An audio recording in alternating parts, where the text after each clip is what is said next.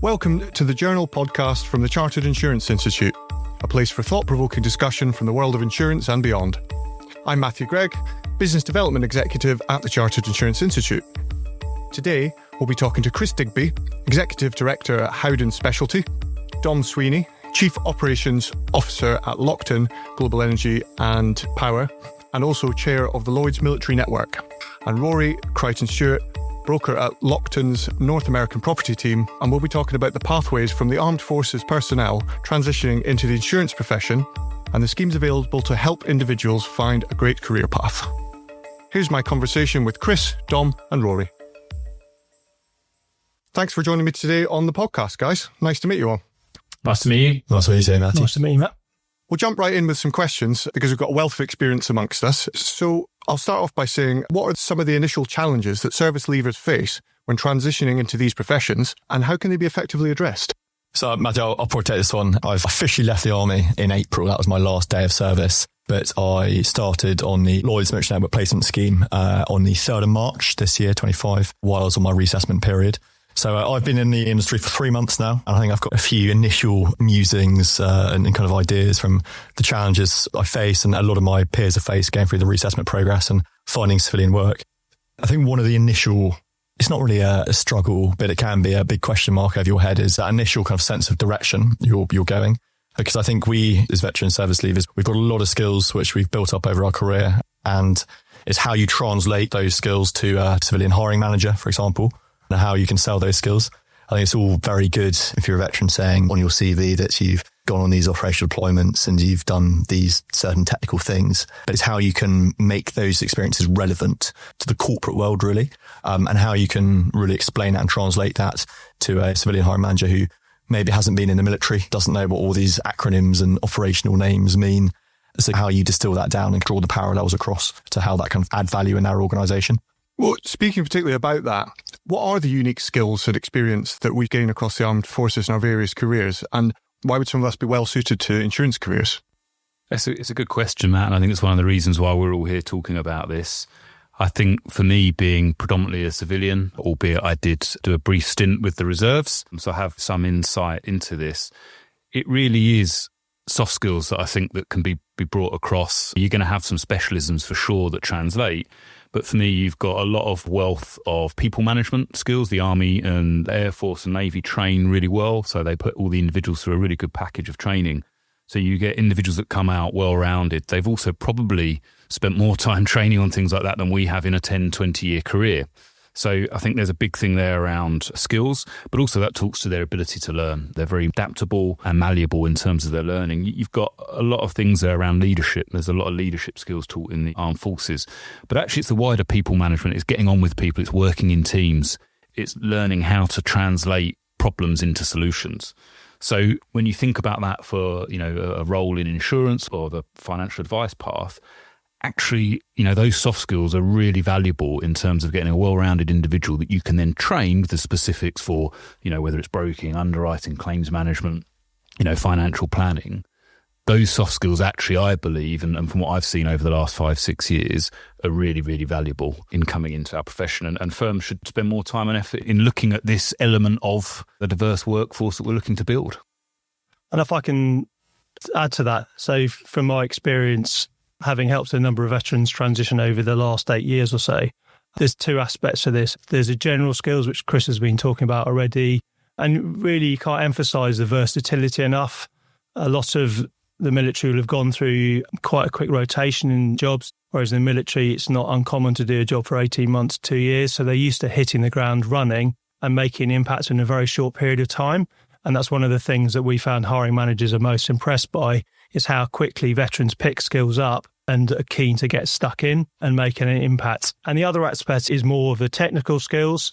A lot of veterans are coming with different technical aspects. We've hired a myriad of individuals over the last few years, everything from risk engineers. So we've taken a turbine engineer from a Type 45 destroyer and put them into a risk engineering role, to the more obvious transferable aspects, such as someone was in the Navy and may well be well suited to marine broking, for example. Absolutely.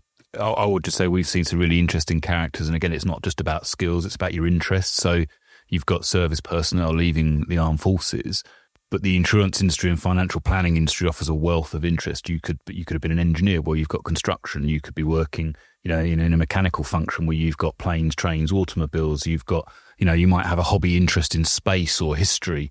Well, fantastic. You've got a whole wide range of sectors that need that interest as well as the skills that you've got. So I think that's something that service leavers should also consider. I think following on from your point, I think in the military, a lot of the time you're being asked to do a job or kind of solve a problem where you don't really have the full picture. You don't understand, or you don't have all the other pieces of information to kind of complete your understanding of what the situation is. And kind of the phrase we were always told is to be comfortable with complexity. And I think that is very transferable in this industry. It's very rare that you do have all the information at your disposal. And sometimes there's a lot of critical thinking that goes into kind of making pretty logical assumptions until you can get the rest of that information. So being comfortable to run with something in a quite ambiguous situation, I think just having that experience and confidence in operating that sort of environment does definitely help a lot. Dom, just one for you on the Lloyds military network and the various placement schemes and aspects of it. Tell us a bit about it, including its objectives and how it helps service leavers transition into the insurance markets. Of course. So along with providing a network for veterans and reservists in insurance and providing charitable support to the Royal British Legion and the Lloyds Patriotic Fund, our main focus is helping veterans transition into the industry. The key challenge with this is one of awareness that insurance is a fascinating, challenging and rewarding career for all ranks, that service leavers might not necessarily be aware of when they're exiting the military. To that end, we host an Insight Day twice a year. We get over 100 attendees. And the aim of this is to highlight to service leavers the opportunities that exist to them in the industry. On the back of this, we run a placement scheme where we place recent service leavers with host companies across the market. The scheme lasts for 8 weeks and we typically place 10 to 15 veterans, but this will depend on how many applicants we've had and, of course, how many host companies are keen to take a placement. And Rory's a beneficiary of this, having recently graduated from the last cohort. And I suppose this is a question to both of you then. What types of roles and career paths are typically available on and after the placement scheme? We feel that rank's got no bearing in determining what roles veterans can do, but experience and aspirations do. Traditionally, we find that service leavers are drawn to project management and broking roles based on their previous experience and maybe a perception of the industry. But this is largely due to a lack of awareness of other opportunities, perhaps a lack of confidence in how their skill sets can transition into civilian roles. As a network, we endeavour to signpost different career paths that veterans might not be aware of and support them in finding these roles and preparing them better. Over the last few years, we've placed service leavers in broking, underwriting, loss adjusting, operational roles, to name but a few. It's also worth noting that we support reservists who can combine specialist skills with the military skills and mindset that they have. In Lockton alone, we have reservists in bid management, actuarial and compliance roles. We also support veterans moving laterally or vertically across the industry and have a number of veterans who've risen to very senior positions across the market, coming through the network a few years back and working their way up. That's really interesting. Just to pick up on that, what are some of the success stories apart from some of the people we've got in the room? Have you got any examples of people that have come through and where they've ended up?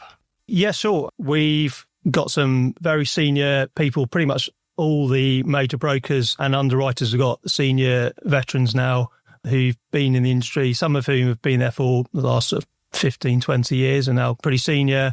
In Lockton alone, we've got a couple of COOs, including our Latin COO, who set the scheme up about 10 years ago, started life as a broker and has now worked his way up to head up the team over there. Yeah, I mean, so far, amazing. Every day has very much been a school day, and so you're learning new skills every day. I think it's very satisfying to see how your military experience is kind of directly actually very transferable into this industry.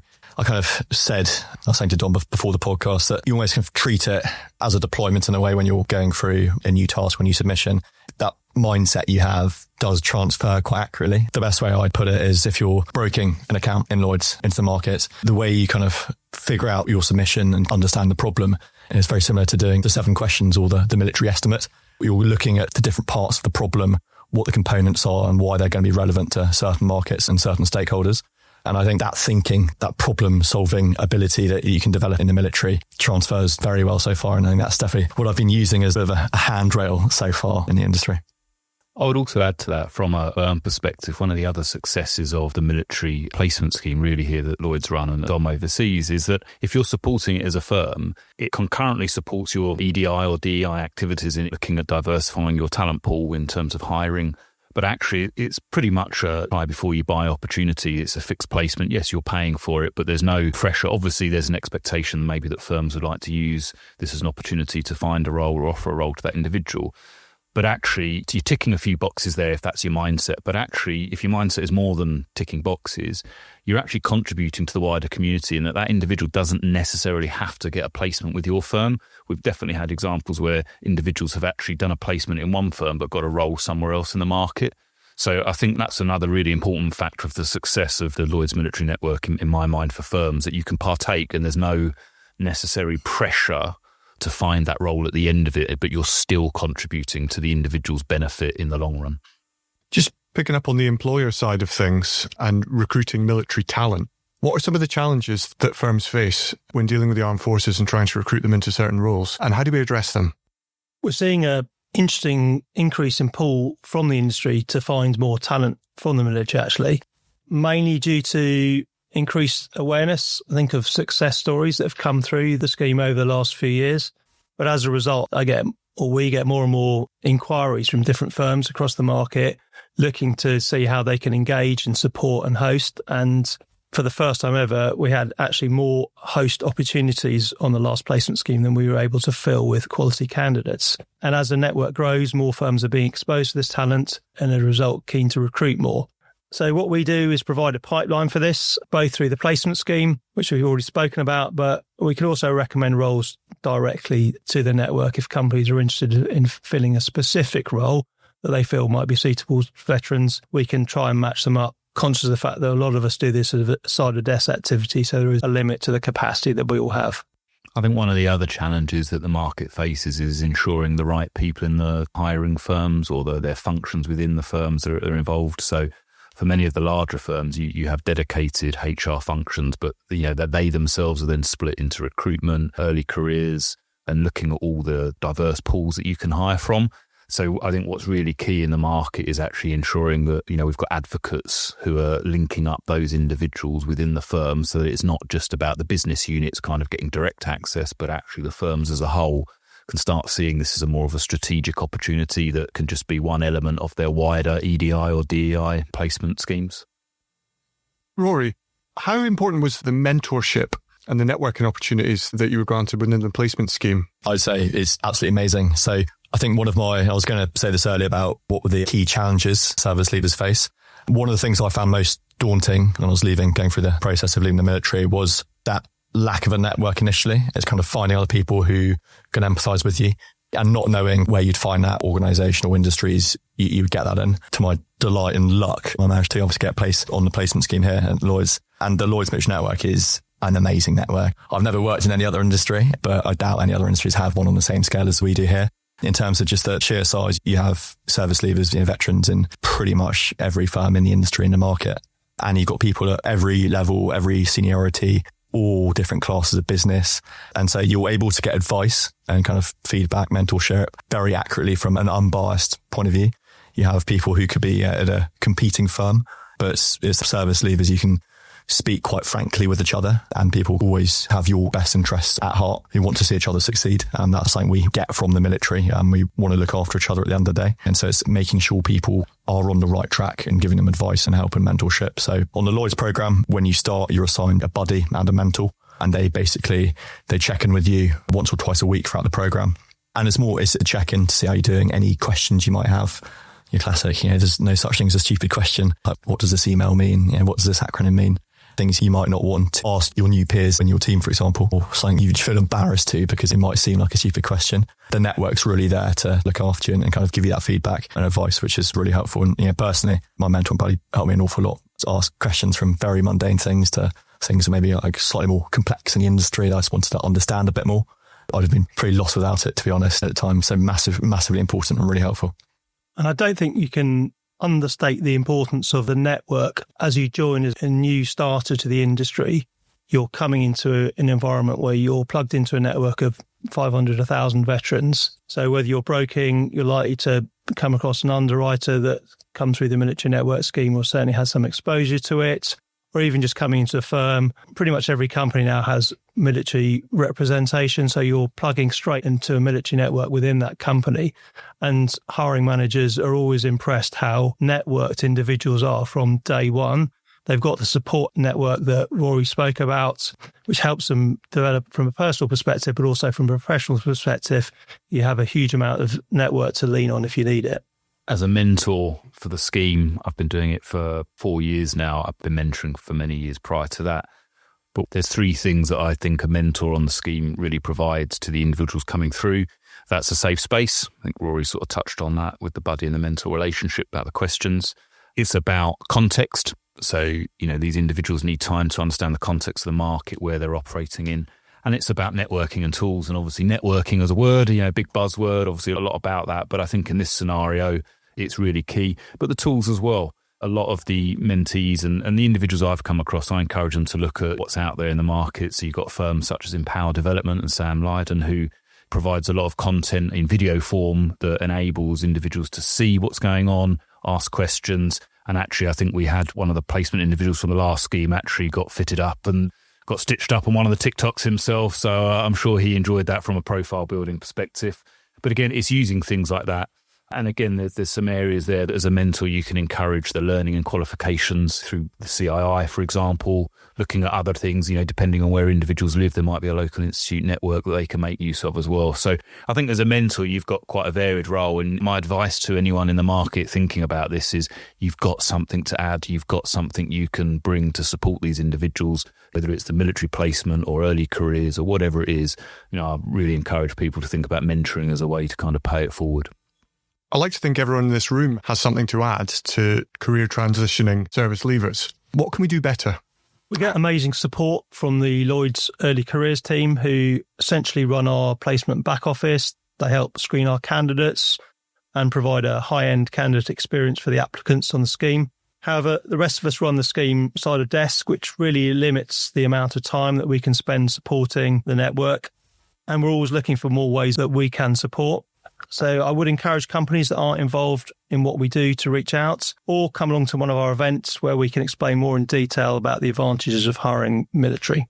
From my perspective, I think there's a real need for CV translation. I think that's something I've definitely seen over the last 4 years. I've spent quite a bit of time with individuals on helping them draw out those transferable skills. I've talked about the soft skills earlier, but I think that's a real key, because if you're talking to a hiring manager who has no military context, yes, you've got some very impressive operations and experience in there, but actually it's going to mean very, very little to the hiring manager. What they're really looking for is that confidence that you've got skills that will help deliver on the role they're looking for. So I think there's definitely a lot of firms in the market that could probably help with that. And again, I think some of the opportunity here is that the more of us that get involved and support, the easier it is.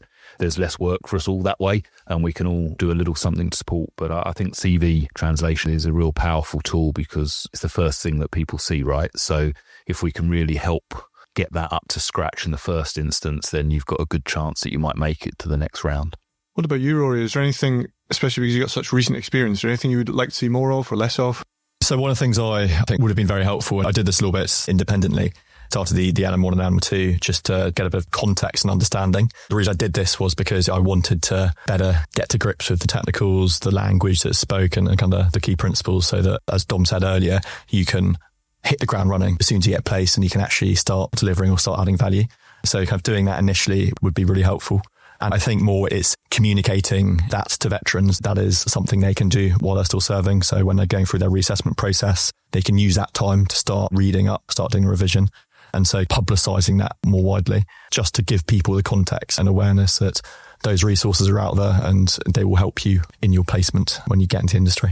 And wouldn't you say, Rory, from the experience you get from the military, you're already used to studying, learning new packages of work, getting on with these things. So actually getting these CRI qualifications early before you're even really out amongst the market wasn't really that much of a stretch for you. You're already kind of in that right mindset.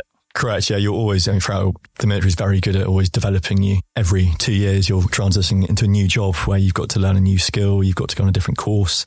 So you're constantly learning. At the end of your military career, you still have those learning skills, those learning abilities. You're still very much in that mindset, which is obviously very helpful. And you do have the time to at least get a start on it. But I think the technicals are just, it's another weapon in your arsenal. It's another thing that can kind of give you a bit of an edge and just help you tip the balance in your favour a little bit when you start.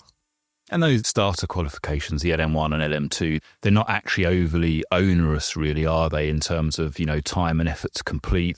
They offer a nice balance of enough information, context about the market you're joining, and still a manageable route to passing. How did you find them? What I found very useful is, I wouldn't say a jargon buster, but it was very good for when you actually get into the market, you understand what people are saying, you understand what certain acronyms mean, what certain terms mean, what rates mean, things that you'd have to pick up pretty quickly if you hadn't done that reading beforehand.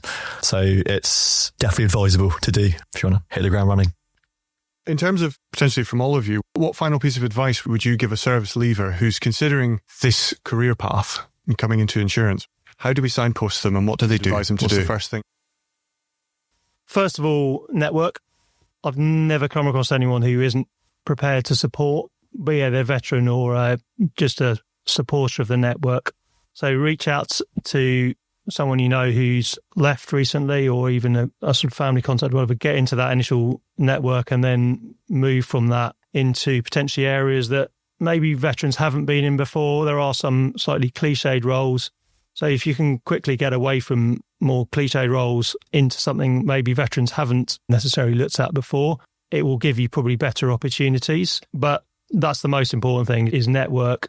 Everyone who's been through the scheme will 100% support you. Everyone who's been exposed to the scheme will also support you. And so there are thousands of people in the insurance industry that are happy to have a coffee with you and talk you through their experiences and point you in the right direction. But the starting point is come along to the Insight Days, really good opportunity for you to meet some of the previous successful candidates who's come through the scheme, potential hiring managers, but also some senior individuals across the market who support what we do. You'll also get the opportunity to learn about the possible roles in the industry and hear success stories and understand the best lessons that individuals who've come through the scheme recently have benefited from. If I could say a follow on from Dom there, the Insight Day definitely starts the conversation and gives you the context and the initial understanding. And then through networking, speaking to people, I think one of the biggest things I can recommend doing is really understanding and having an open mind as to what roles are out there and then what different classes of business are they and what the verticals and asset classes are. Because you can have some very cliche roles that are directly transferable from the military. If you're in the Air Force, you can get into aviation. All these things that are very logical steps because I was in the military doing this and therefore this is the thing that I already know something about. But as Dom said, see what else is out there. See all the other different business classes that you may not think you have any direct experience in doing, but your natural problem solving skills or experiences from your military career, they can transfer across into them. Although you might not know a lot about international or North American property, for example, there will be similarities and things you can draw through. So it's really understanding what else is out there and understanding what interests you and where you think you can really add some value and make a bit of a difference. There's 2 points I'd probably like to share with this, and that's after, just start as early as you possibly can. Those leaving the military that have started sooner, again, I've got no data to back it up sadly right now, but probably will do better in the long run. But the 2 points I've really seen in individuals through the last couple of years really is that mindset and resilience in the context of take the hits, keep going, don't give up, keep pushing forward, added to proactivity. The more proactive you are in building your network, in having those coffees, in not just asking what people can do for you, but offering to help someone else or share information, those 2 traits definitely seem to be the kind of key I've seen in helping people succeed. So what it sounds like is we all need to be very open-minded, start building our networks and get along to the Lloyds Military Network Insight Day as a next step for anyone. That brings us to the end of our podcast. Just want to say a massive thanks to Dom, Chris and Rory for joining us. Thanks, Matt. Thank you for listening to this episode of the Journal Podcast. You can find useful links in the show notes and related articles on the Journal website along with other podcasts. Please like and subscribe. Until next time, goodbye.